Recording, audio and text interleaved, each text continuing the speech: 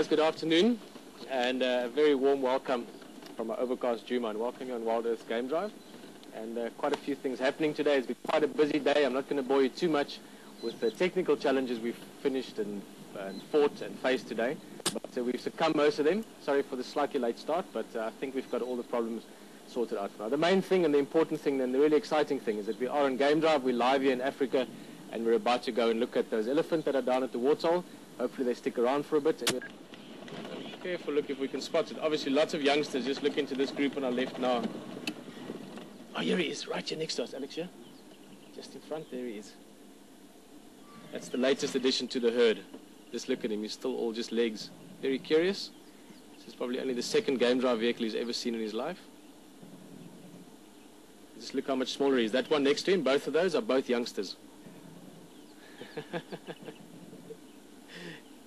And that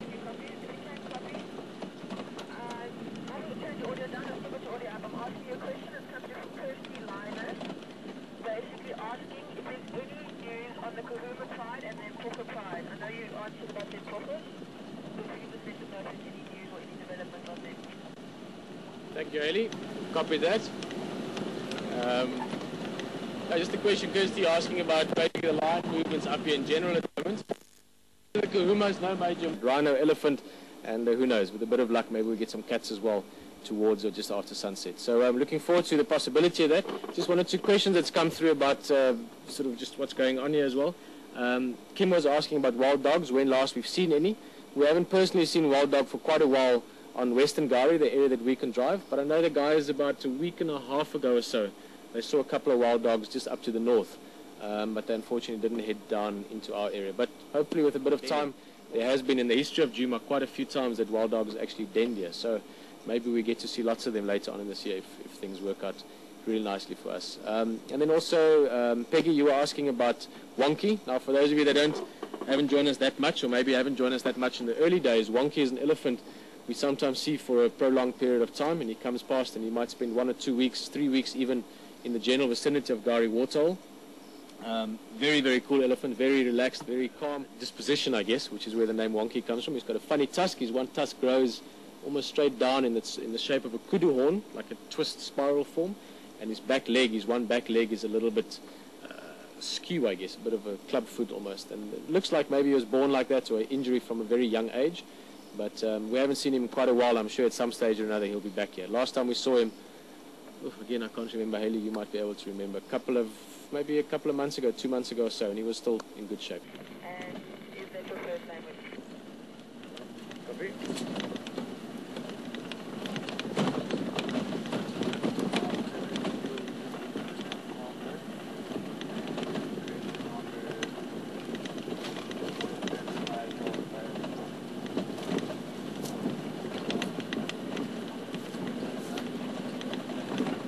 Guys, let's hope some more magic is out here this afternoon for us to see.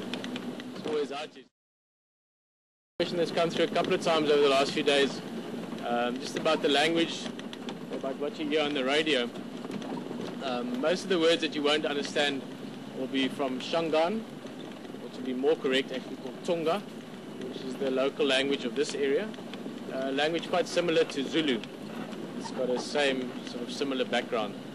And the main reason we use it is just to use typically for sort of some area names and also for some animal names on the radio. And you hear the word lion, but you don't necessarily get the whole context of the conversation. It can be a bit confusing because you might think that there's a lion somewhere and we don't see it. But we might be talking about a lion from 2 days ago or where we think the lions might be or whatever else. So that's why we use it. It's just a little bit of a code if you want. And it's not my first language. My first language is Afrikaans, which we hardly ever use on the radio. English is the second language, and Tsonga I sort of picked up a few words. I wish I could speak it better, but mostly sort of animal names and the odd bit of greeting and this and that. Tsonga or Shangaan?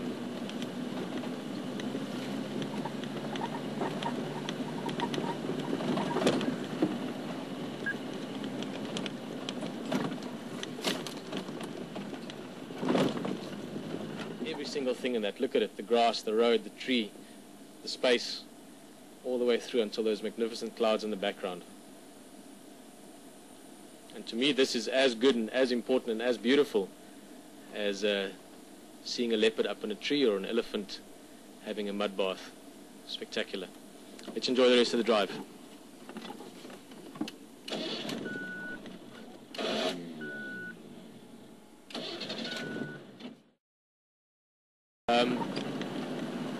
Just asking what kind of res we shoot on most of the time. It varies. Depends on what camera you have and so on as well. Most of the time just shoots on large files if you want. Most of the photographs at the moment we're using mainly for our blogs, so you don't need to make very big images from it.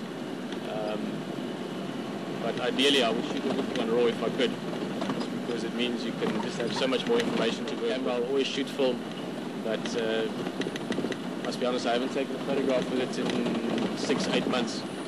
There's just no need for it or no reason. Digital is so much more versatile and so much more you can do with it.